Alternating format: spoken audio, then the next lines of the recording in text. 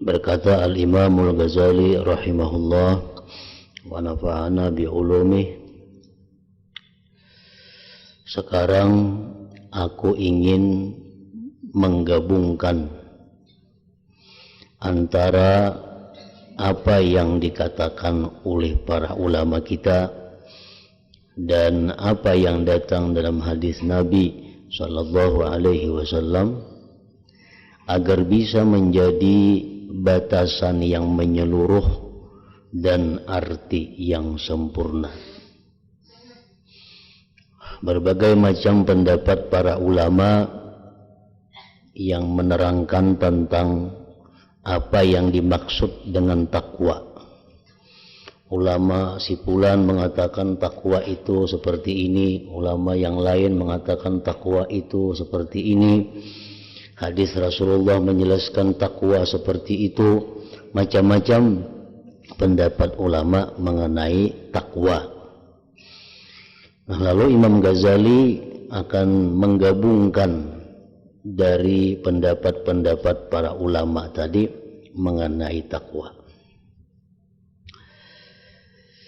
Takwa yaitu menjauhi apa saja yang engkau khawatirkan bisa membahayakan diri engkau dalam hal agama.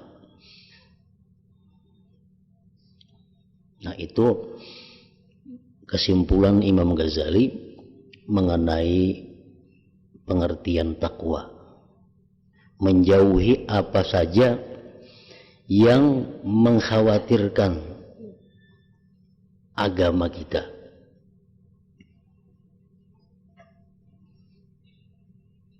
Baik itu yang haram, baik itu yang makruh, baik itu yang halal, apapun bila mana membawa kepada bahaya, membawa kepada kerusakan dalam agama, maka menjauhinya itu disebut takwa.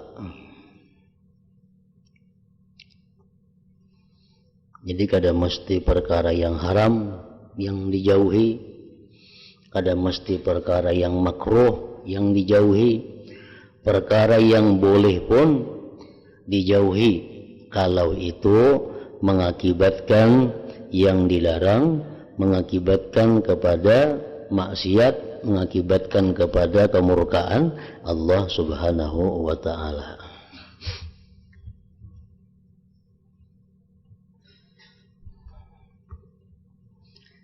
Seperti memakai pakaian yang baik-baik contohnya.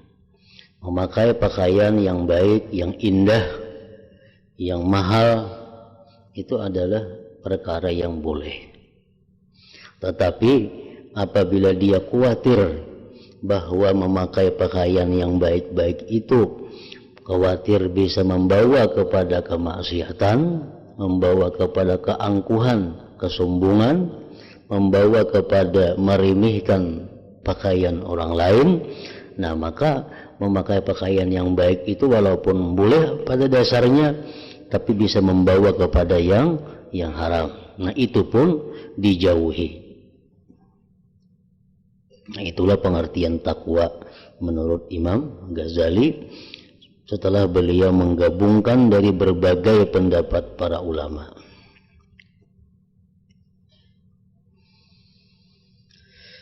Tidakkah engkau tahu bahwa orang sakit yang berpantang itu disebut orang yang berhati-hati?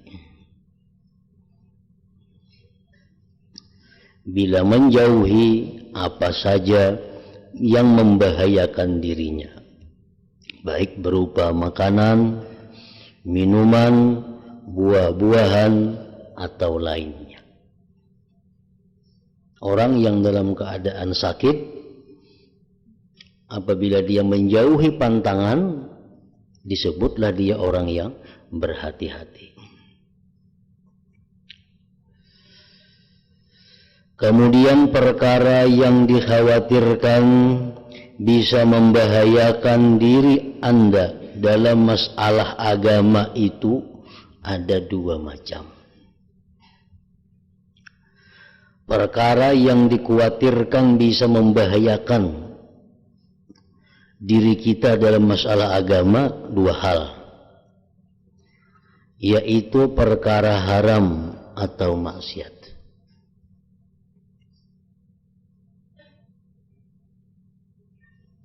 Perkara haram, perkara maksiat itu jelas sudah membahayakan diri kita.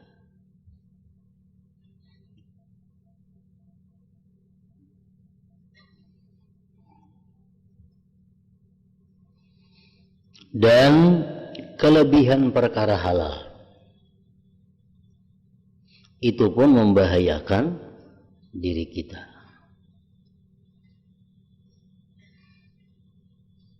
Kebanyakan berisi nang halal,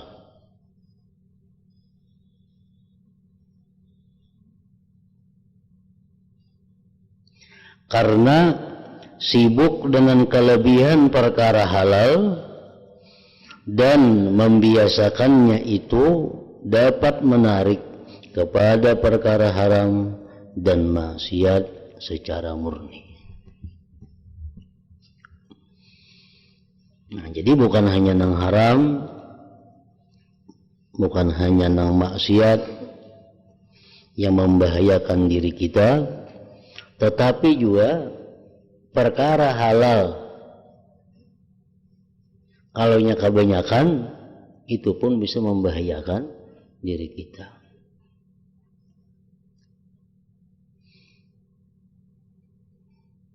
Jadi dokter, jam makan ini boleh aja, makan ini boleh aja, makan ini boleh aja, makan yang ini kada boleh, makan yang ini kada boleh.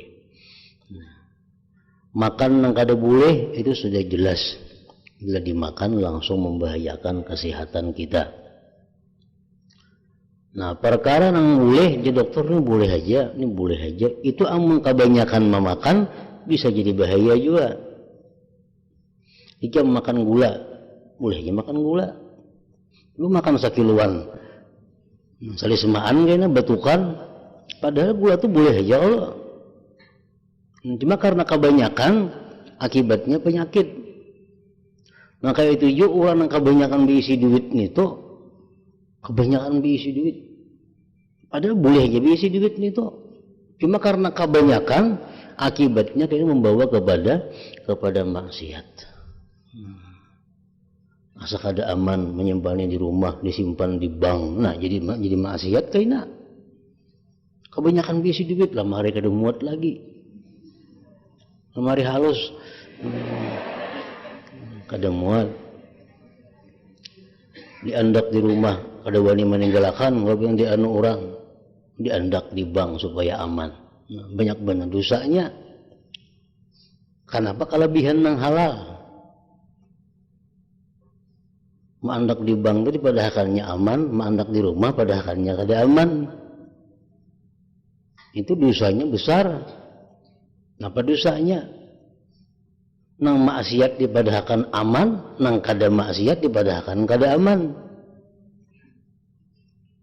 Sebuting dosanya. Nang kedua, dosanya apa lagi? Memperlancar orang memperbuat riba. Nah, banyak benar dosanya, padahal asalnya halal duit itu. Bisa duit banyak halal, tapi karena takutan, amun di rumah aku asa kada aman, amun di bank aman. Nah, ini suatu i'tikad nang sangat salah.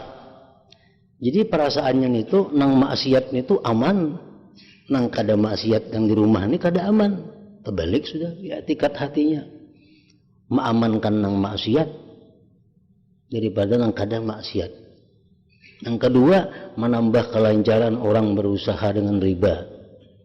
Nah, pada asalnya apa? Halal aja duit itu, cuma karena kelebihan akibatnya jadi haram.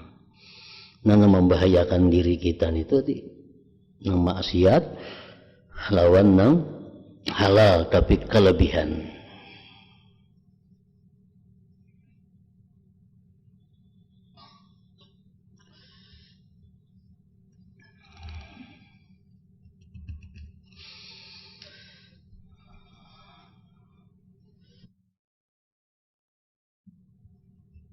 Hal itu disebabkan oleh rakusnya nafsu dan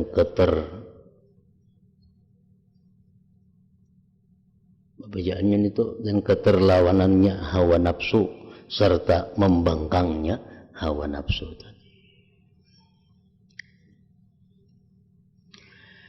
Jadi barang siapa ingin selamat dari hal yang membahayakan urusan agamanya, maka ia harus menjauhi perkara yang mengkhawatirkan dan menjauhi perkara halal yang berlebihan agar tidak tersirit kepada perkara haram secara terang-terangan. Sesuai dengan sabda Rasulullah sallallahu alaihi wasallam, litarkihim ma la ba'sa bihi hadaran amma bihi ba's. Orang takwa itu disebut orang takwa karena mereka meninggalkan perkara halal karena khawatir terjerumus ke dalam perkara haram.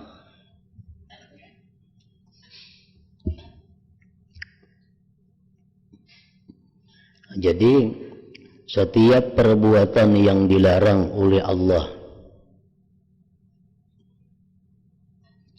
apabila kita langgar, apabila kita lakukan, itu membahayakan diri kita. Walaupun secara zahir kelihatannya kadang membahayakan.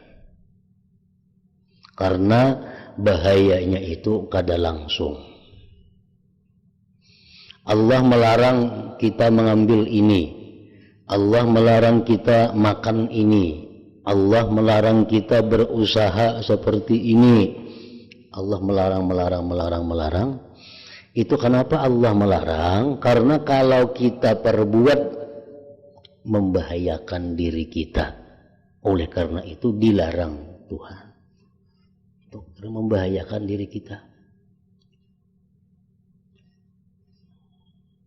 Allah menyuruh kita ini karena Allah mengetahui bahwa kalau itu kita perbuat itu akan menyenangkan, menyelamatkan diri kita. Kita yakin wajib i'tikad seperti itu. Setiap yang dilarang Allah pasti ada kebaikan untuk kita. Setiap yang disuruh Allah pasti ada kebaikan untuk kita. Dan kita percaya 100% yang demikian itu.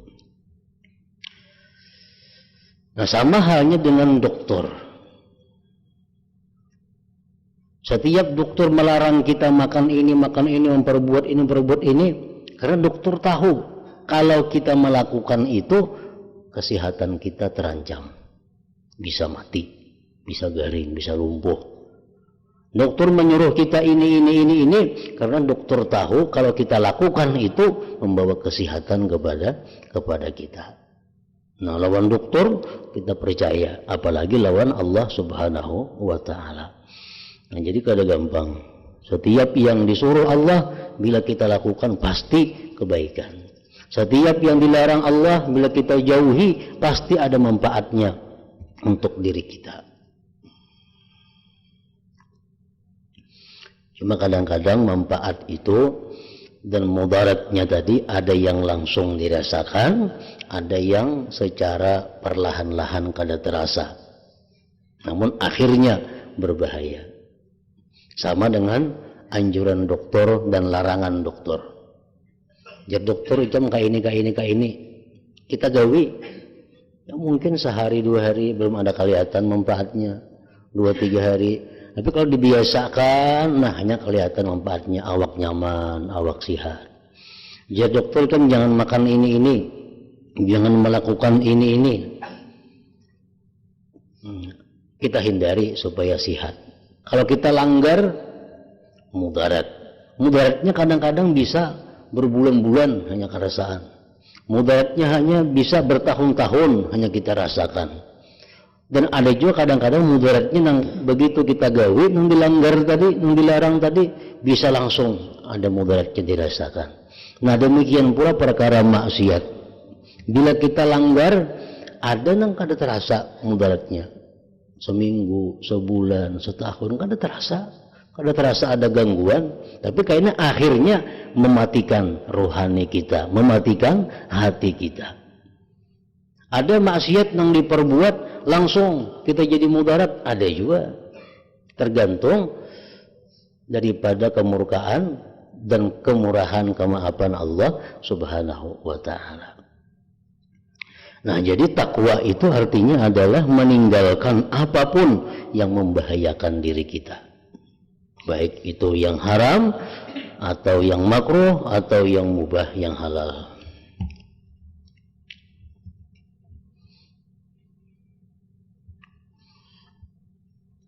Seperti apa yang dikatakan oleh Rasulullah Sallallahu Alaihi Wasallam, orang yang makan minum yang halal selama 40 hari, maka akan timbul cahaya yang memancar di dalam hatinya, dan Allah akan mengalirkan mutiara-mutiara hikmah di mulutnya, dan ini orang akan diberi Allah ilmu di sisinya atau ilmu laduni. Nah, orang 40 hari makan minum yang halal, walaupun inya kadang menuntut ilmu, perai mengaji 40 hari.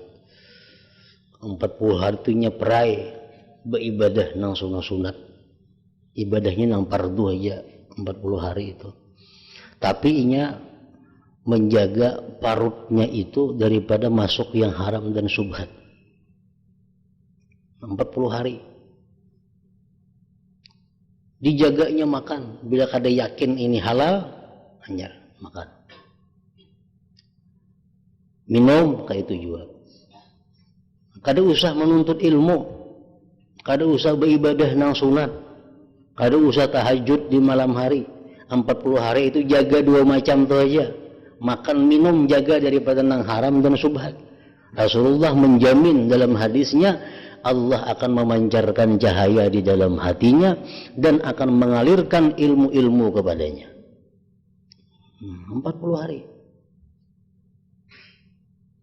Nah, oleh para ulama sudah diuji, sudah dibuktikan. Ada mereka mencoba membuktikan mulai 3 hari. Nah, 3 hari ini mereka coba, kada boleh masuk ke dalam parutku kecuali nang aku yakini halal dan halalnya. Nang haram subhat kada aku masukkan. 3 hari, mulai 3 hari mereka mencoba. Jadi nangapakah bila kada yakin bujur bahwa itu halal, nah nyarinya laksanakan. Nah jadi kalau sudah 3 hari pun kita bisa mencoba melatih diri macam itu, sudah akan timbul cahaya di dalam hati kita.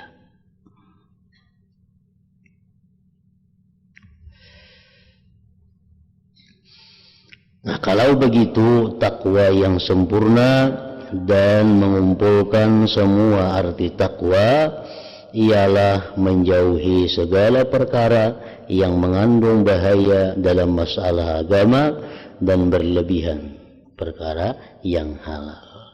Inilah perincian takwa menurut Imam Al-Ghazali. Adapun kalau kita menginginkan membuat batasan ta'rif takwa menurut ilmu syara, maka ta'rif takwa yang mengumpulkan semua arti takwa menurut ilmu syara pulang, yaitu membersihkan hati dari kejelikan yang belum pernah diperbuat sebelumnya, lantaran kuatnya tekad untuk meninggalkannya. Hingga hal itu bisa menjadi perisai pendinding antara engkau dan setiap kejelikan. Nah, ini lain lagi pulang takwa menurut syara ini. Menurut ilmu syara, takwa itu adalah membersihkan hati dari dosa yang belum pernah diperbuat.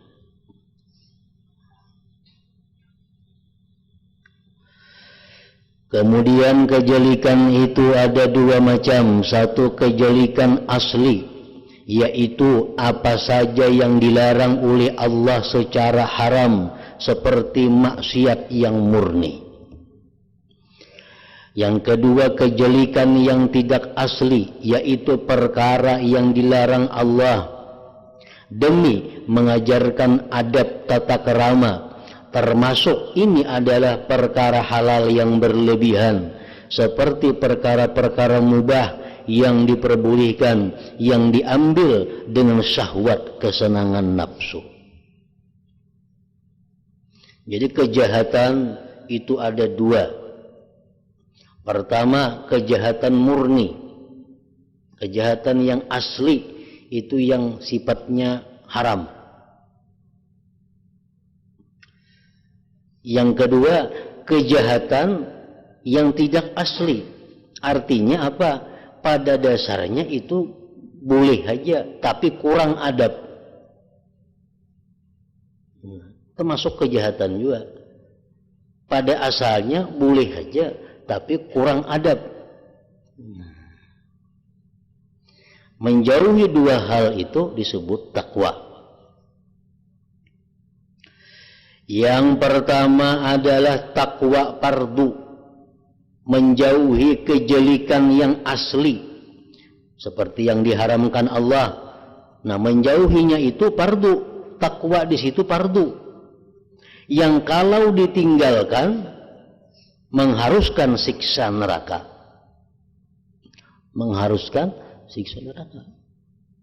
Kalau kita memperbuat kejelikan yang asli, itu neraka, azab Allah.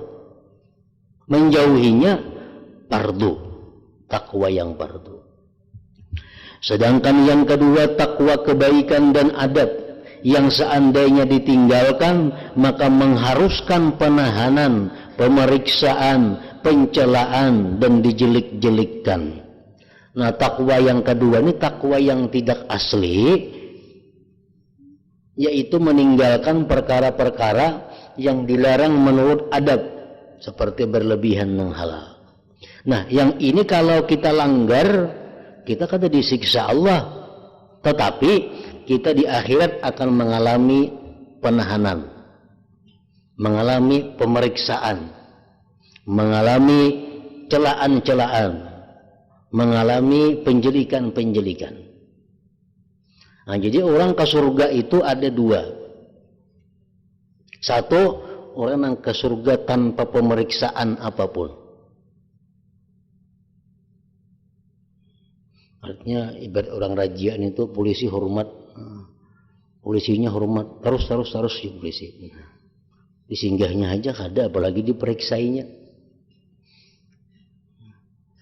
Nah, ini orang yang benar-benar takwa, meninggalkan kejelikan yang asli, meninggalkan kejelikan yang tidak asli. Ada yang kedua, orang yang hanya meninggalkan takwa, orang yang hanya melakukan takwa kepada yang pertama. Ini kalau yang haram-haram semua bisa menjauhi, tapi yang halal yang berlebihan kada. Nah, orang ini ke surga juga, tapi melalui pemeriksaan di tengah jalan yang melelahkan, pemeriksaan yang mengkhawatirkan, penghinaan dan sebagainya. Walaupun akhirnya dia masuk ke dalam surga juga. Nah, ini orang yang menjauhi yang haram, tapi dia kada mampu meninggalkan yang halal yang sebanyak-banyaknya.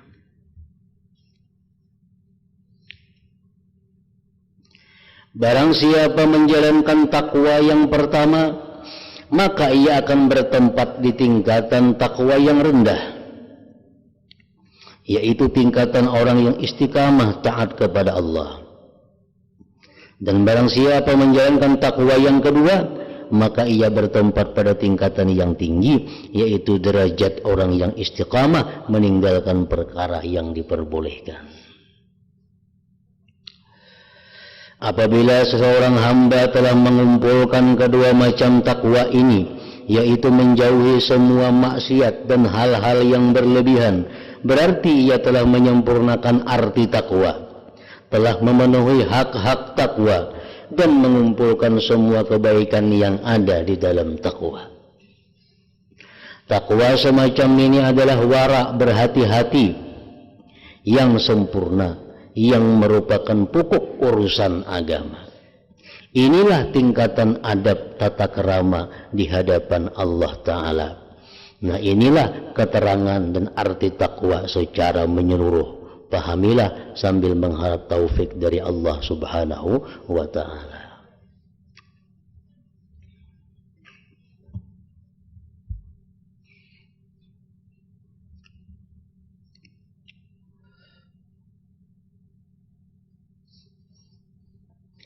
Jika engkau bertanya atau berkata, sekarang terangkanlah kepadaku mengenai perincian arti takwa dan cara melakukannya dalam kaitannya dengan nafsu, karena aku perlu pengamalannya supaya aku mengerti bagaimana cara mengendalikan nafsu dengan arti takwa yang telah engkau terangkan. Baiklah, aku terangkan. Memang harus begitu perincian arti takwa dalam hubungannya dengan nafsu, yaitu engkau harus selalu memperhatikan nafsu dengan tekad yang kuat, lalu mencegahnya dari segala macam maksiat dan menjaganya dari semua rupa kelebihan. Apabila engkau dapat menjalankan ini, engkau akan dapat takut kepada Allah dalam hal mata, telinga, lisan, hati, perut, kemaluan, dan seluruh anggota tubuh Anda, serta memberinya kendali dengan kendali takwa.